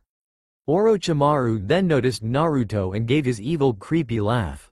Well, I must say that you dealt with my snake faster than I anticipated, but it matters very little as I have gotten what I want. I've marked my prize and that is all that matters, though seeing by that angry shroud around you I would say that you have already stated tapping into the Kyuubi's chakra, and that while not a detriment to my plan would be annoying, so let's deal with that, shall we? With that he dropped Amaterasu to the branch next to Hinata and vanished, only to reappear right in front of Naruto and slammed his fingers into his stomach right where the Kyuubi's seal was. The pain that Naruto felt was echoed by the Kyuubi, who screamed out in agony in his mind, and then everything went dark as he collapsed backwards onto the tree branch that he was standing on. Ten was the first to regain conciseness and took stock of her surrounding, and then leaned forward and tore her cloths a little bit, but at least she wasn't pinned to the tree anymore. She spotted her teammate and Team 7 spread around the clearing in various states of injury, the worst being Amaterasu and Naruto. She went and woke up Hinata first, and then the two started to try and wake up the others around the clearing. They woke up Sai and Sakura, but they were unable to wake Amaterasu and Naruto. Though it didn't look like Amaterasu had told her teammates about her situation, if the looks of shock on Sai and Sakura's face were any indication. The four concise genin knew that they needed to get their two friends some help, and seeing as there was four of them, they felt comfortable traveling together to get to the tower. They were still at least 2 days from the tower, so they took shelter in a hollowed-out tree and took turns standing guard. The last person to stand guard was Sakura, but she was really in no condition to stand guard, seeing as she had been too worried to sleep and was starting to nod off while watching with a kunai in hand. What she didn't know was that they were all being watched by another team with a more sinister intent than just trying to get a scroll and knock out a team in the Chunin exam. Why are we just sitting around here? All four of those brats are just sitting down there and they all look beat up. It would be easy to kill them. One of the sound shinobi asked his two companions. Because we could be walking into a trap down there, better to be cautious than dead. Plus once that pink-haired chit falls asleep they will be really easy prey. The first sound shinobi just harumphed, then thought to himself, to hell with this shit, it's one guy and 4 bitches, I could take that myself. He then jumped down to the forest floor with a smirk, thinking of the fun that he was going to have with the kunoichi once the men were dealt with. Hey, you're the teammate of the Uchiha bastard, right? Well, get him out here, I want to fight him. He's resting right now and you will not be getting any closer. We don't have a scroll, so just move on. How about no and you die? With that she threw the kunai at him, making him dodge to the right, and then Sakura cut another wire near her which caused a huge log to swing down at him from his left and right. The sound nin would have been crushed if he hadn't been saved by another sound nin who jumped next to his teammate and then hit the logs, which shattered. Zaku, you're an idiot, now let's get this over with, we have a job to do. Listen girl, we are here to kill the Uchiha, now either step aside or be killed along with him. As he started moving forward he had to dodge as what seemed like an ungodly amount of weapons flew through the opening of the tree and out stepped Hinata, Tenten, and Sai. I don't think that you are going to be getting very far at all, Shinobi-san.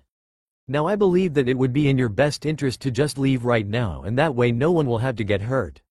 Zaku just grinned and then flung out his hand, shooting out a ball of compressed air which surprised the ninja, allowing only Sai and Hinata to dodge as Sakura froze, causing Tenten to try and block, which knocked out both kunoichi, seeing as it was a direct shot. Hinata was worried about Tenten, but she and Sai needed to try and defeat these sound nen and protect Amaterasu and Naruto as they still had not gotten up. So with grim expressions Hinata and Sai took up battle stances.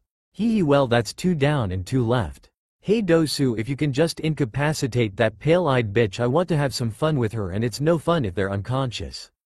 Dosu just grunted but didn't try to dissuade his team. They all charged each other, with Sai making several ink creations, sending them after Dosu, who started to dodge said creations while occasionally blowing 1 or 2 apart with his melody gauntlets. Zaku was doing even better than Dosu, seeing as he was able to attack and still keep Hinata at bay, not able to get close enough to attack, though Hinata was able to get a few good shots in at the start of the fight after having surprised Zaku with her speed. Then the last member of the sound genin appeared behind Sai and jammed a couple of senbon into him, which caused Sai to lose feeling in his arms and legs, leaving Hinata to take out the sound nin by herself. Though it was looking worse and worse for her. Now Hinata was completely on the defensive. Then Hinata made one mistake which caused her downfall. She didn't realize the female sound nin was setting up a genjutsu trap with her thrown senbon, which caused her to stumble, which gave Dosu the opening he needed to incapacitate her. Hee hee hee, well, look what we have here. Where's that Y attitude that you had before? Well, let's see if we can't fuck some of that spunk back into you. Zaku then grabbed the front of her hoodie and ripped the front off of it, exposing Hinata's chest. I'm going to have to repay you in kind for those first few hits that you got in. Don't worry, it will only hurt at first. I'm sure that you'll like it. After all, what else are you Leaf Kunoichi good for? The only thing that Hinata could do was despair, knowing what was about to happen to her. She felt tears gather in her eyes, but she fought them back. They may rape her, but they wouldn't make her cry or give them any satisfaction in this rape. Zaku held her by the throat and then punched her in the face, sending her to the ground as his two teammates moved to kill the Uchiha. He did this a couple more times, and then reached down and ripped her pants away from her. Zaku started to suck on one of her ass and was just starting to get into this when they felt an extremely malevolent aura blasted from the tree, causing everyone in the clearing to stop what they were doing and made Zaku drop Hinata to the ground. Then they all saw Amaterasu walk out of the tree. The three sound nin didn't know who this person was, but they figured out who it was after seeing the eyes. Then they heard a soft feminine voice. Who did that to you, Hinata? Before she could do that, Zaku strolled up to here and reached up one hand to grope the girl's chest, causing the female member of the team to just roll her eyes. I did. Why are you looking for a good time as well? Did you hid your gender cuz you couldn't find a man with enough balls to take you like a bitch deserves? Because we were told that you were supposed to be a guy. But know that I know you are a woman, I may just keep you for myself. Zaku started to put a hand down Amaterasu's pants when his hands were grabbed at the wrists and then had his arms broken. No man touches me except for Naruto-kun. You aren't even worth the dirt on his sandals, why would I ever want you over him? She then flung Zaku at Dosu and sent them both flying. Amaterasu then appeared in front of the only female member of the team. You disgust me more than they do. You let them rape women without a care, even laugh at them or just remain apathetic. With that, she then laid one punch to the girl's face which crushed like a rotten vegetable. She then turned to the last two members of the sound team and started to lay into them. By the time she was done with them, they were barely breathing and Hinata wanted to stop her, as this was not Amaterasu, or at least the Amaterasu that she knew. Please, anyone stop her, make her come back to us. Naruto, save her. Then Amaterasu raised her hand and formed her hand into a point, getting ready to kill the last two sound shinobi.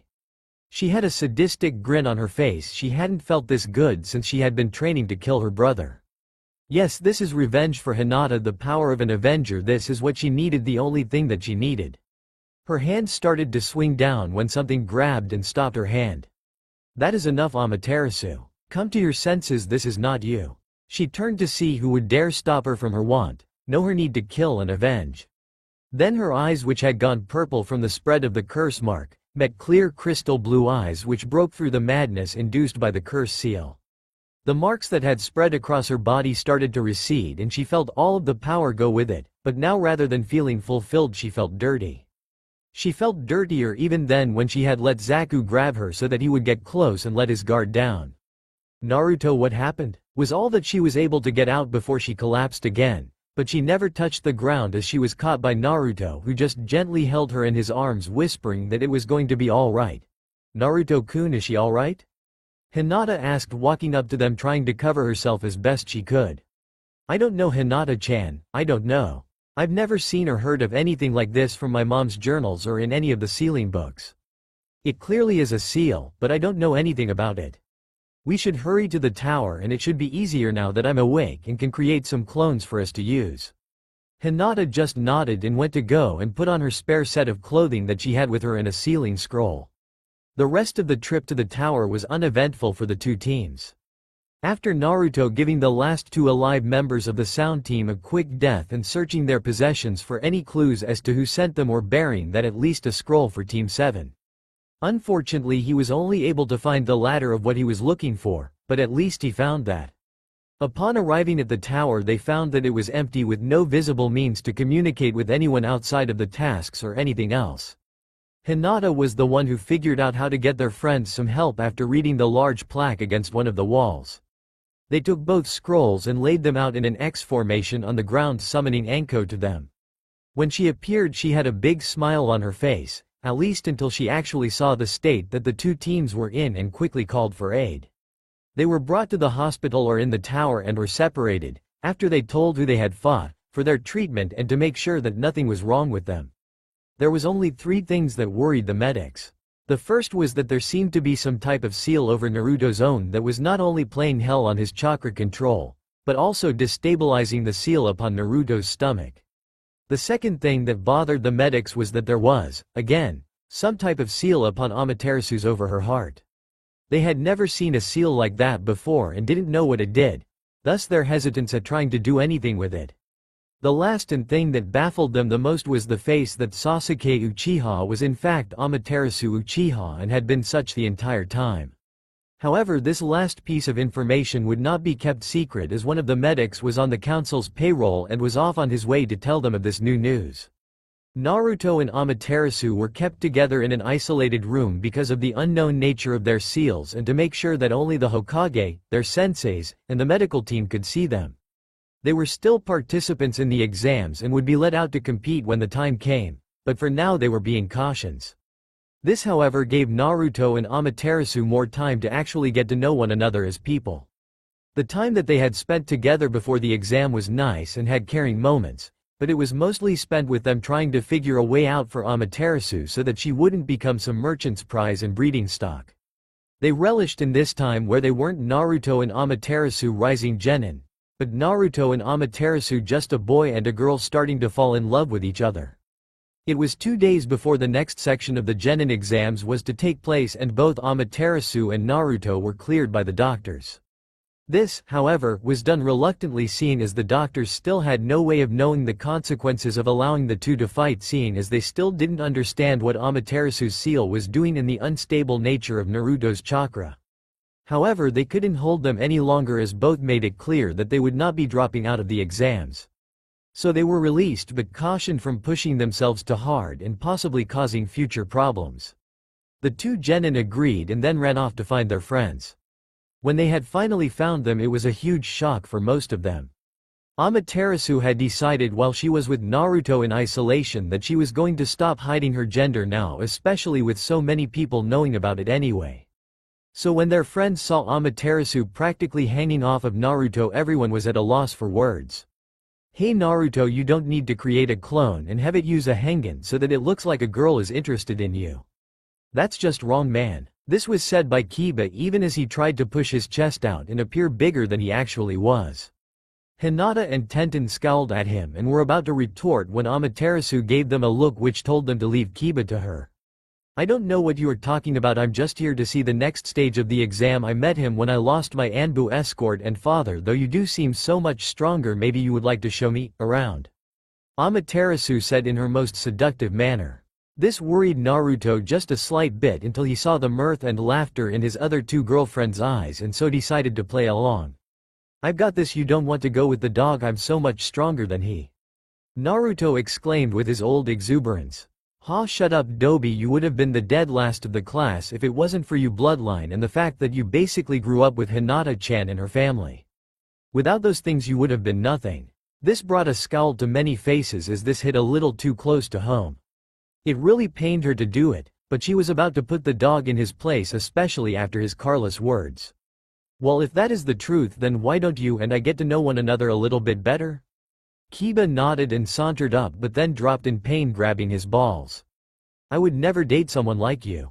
Naruto-kun is sensitive, strong and a good person and you are nothing like him. Also, just so you know, even thought I am and always have been a girl, you would better know me as Sasuke Uchiha. So you've been hitting on someone that you thought was a guy. I wonder what that says about you, Kiba." She then walked back to Naruto and kissed him full in the mouth in front of God and country. They all then heard a voice from behind them that they didn't even know was there. Cough cough cough. Well, as interesting as this has all been, if you all would line up and bow for Hokage-sama and get ready for the next part of the Chunin exams. THSTA all for now. If you enjoy, then please like, share and do comments.